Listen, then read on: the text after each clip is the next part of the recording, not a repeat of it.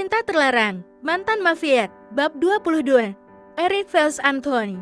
Tengah malam seperti ini, di mana semua orang tengah menikmati alam mimpinya, lalu lintas terlihat sepi, hembusan angin begitu terasa. Bahkan suara kodok loncat pun terdengar begitu jelas. Sepi kondisi tengah malam Jakarta ini, walau masih ada segelintir kendaraan yang masih berlalu lalang. Bahkan seluruh lampu-lampu gedung mulai meredup. Tetapi tidak dengan di satu unit apartemen mewah ini, di mana si empunya tengah merutuki kebodohannya. Ella marah dan blushing sekaligus. Ella tak mengetahui jika AAC mengutarakan cintanya karena CCTV ini tak menampakkan suara.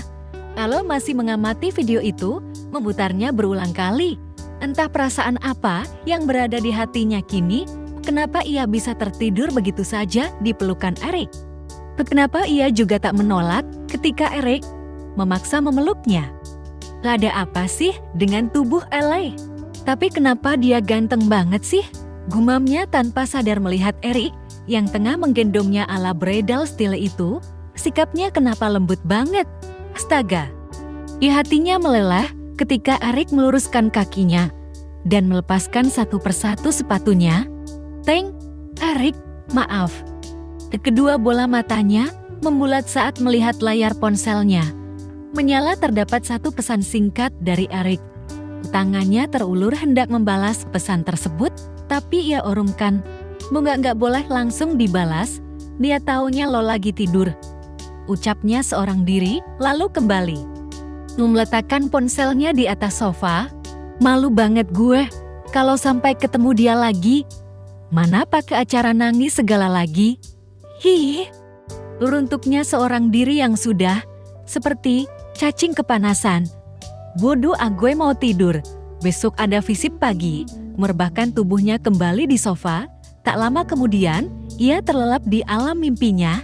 Pukul 3 dini hari Eric baru saja sampai di mansion bawahnya. Ia mengurungkan niatnya untuk menginap di markasnya dan tahlan sejak obrolannya dengan Devano merusak moodnya. Di pagi hari, suasana mansion 4 lantai milik keluarga Ludovic tak ada yang berubah.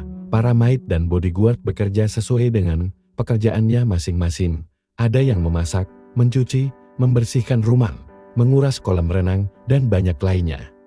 Gak terhitung berapa puluh orang yang bekerja di sana. "Boy, kapan kamu pulang?" tanya Anton ketika hendak menuju meja makan. Melihat sang anak memasuki rumah. Sepertinya baru saja selesai jogging pagi, dilihat dari penampilannya menggunakan celana jogger training hitam dan kaos polos, senada dengan celananya, tak lupa headset yang bertengger di kedua telinganya. Bahkan pesona Eric di pagi hari ini membuat seluruh atensi para maid perempuan terutama meleler. Penampilan dengan kaos shirtless press body hitam, sehingga tercatat jelas pahatan badan kekarnya, serta keringat bercucuran rambut acak-acakan. Kira-kira wanita mana yang beruntung mendapatkan pria tampan dan kaya itu ya? Yang jelas, bukan emak suka gosip seperti kalian. Terlebih ini masih pagi hari, terletuk salah satu maid di sana, hingga membuat khayalan mereka buyar seketika. "Semalam Par," jawabnya datar kemudian duduk di kursi meja, makan dan menegak air putihnya, hingga tandas tak tersisa. Gelak-gelak, gerakan Eric meminum dengan jakun, dinaik turunkan tak luput dari para maid yang sedang curi-curi pandang. "Besok jangan lupa untuk ikut meeting dengan beberapa jajaran direksi rumah sakit ya," pintanya kepada sang anak. "Kamu nggak lupakan kalau bulan depan, kamu juga harus menggantikan posisi papa di sana?" Tanya Anton mengangkat sebelah alisnya. Eric menghela nafas panjang. "Udah berapa kali Eric bilang sih, Pak? Eric itu nggak mau." Eric nggak tertarik. "Suruh orang lain saja untuk dijadikan pengganti papa kan bisa," jawabnya sedikit memaksa. "Brak, kamu itu satu-satunya anak papa Eric. Mau papa kasih rumah sakit ini ke gelandangan di luar sana," teriak Anton menggelegar keseluruhan ruangan. "Pak, Eric nggak ada minat di bidang itu.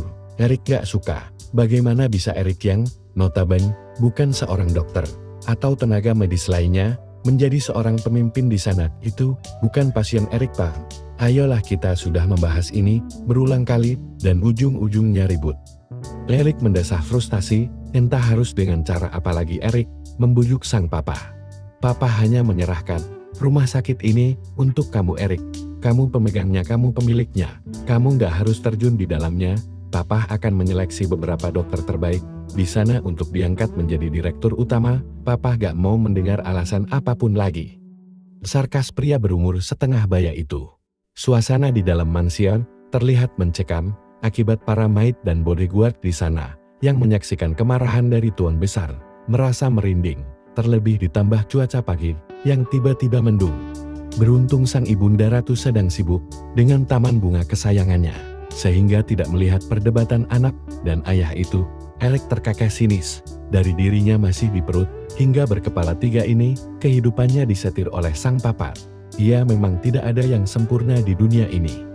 Semua manusia mempunyai masalah problematikanya sendiri, termasuk sosok Eric yang terkenal dengan ketampanan, kecerdasannya, dan kekayaannya yang tidak habis, hingga 7 turunan, menjadi tolak ukur kesuksesan seseorang.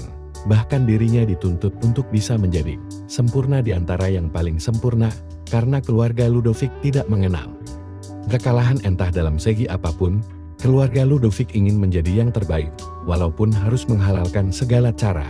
Cuaca di Jakarta memang sedang tak menentu, kadang panas tiba-tiba hujan, begitupun sebaliknya.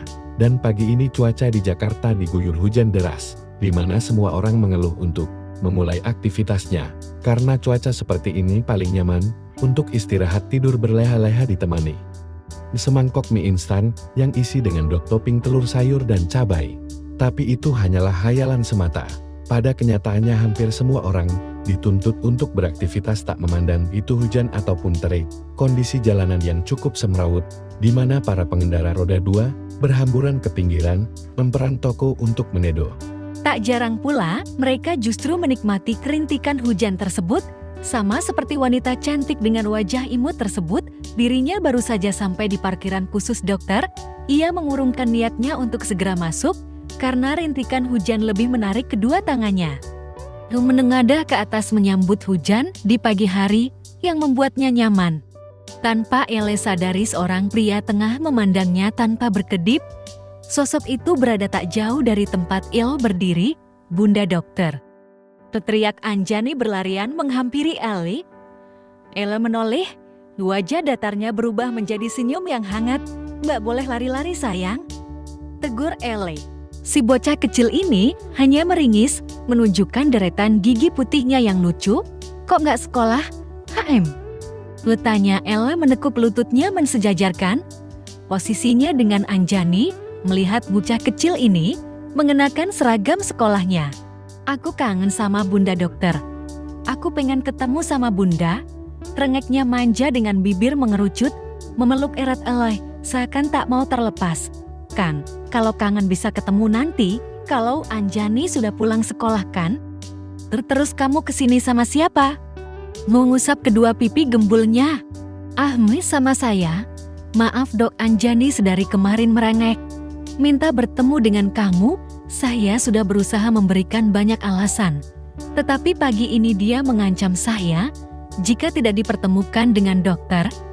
Ucap Dewa merasa tak enak. Dia sampai tidak mau bersekolah, sambungnya merasa frustasi.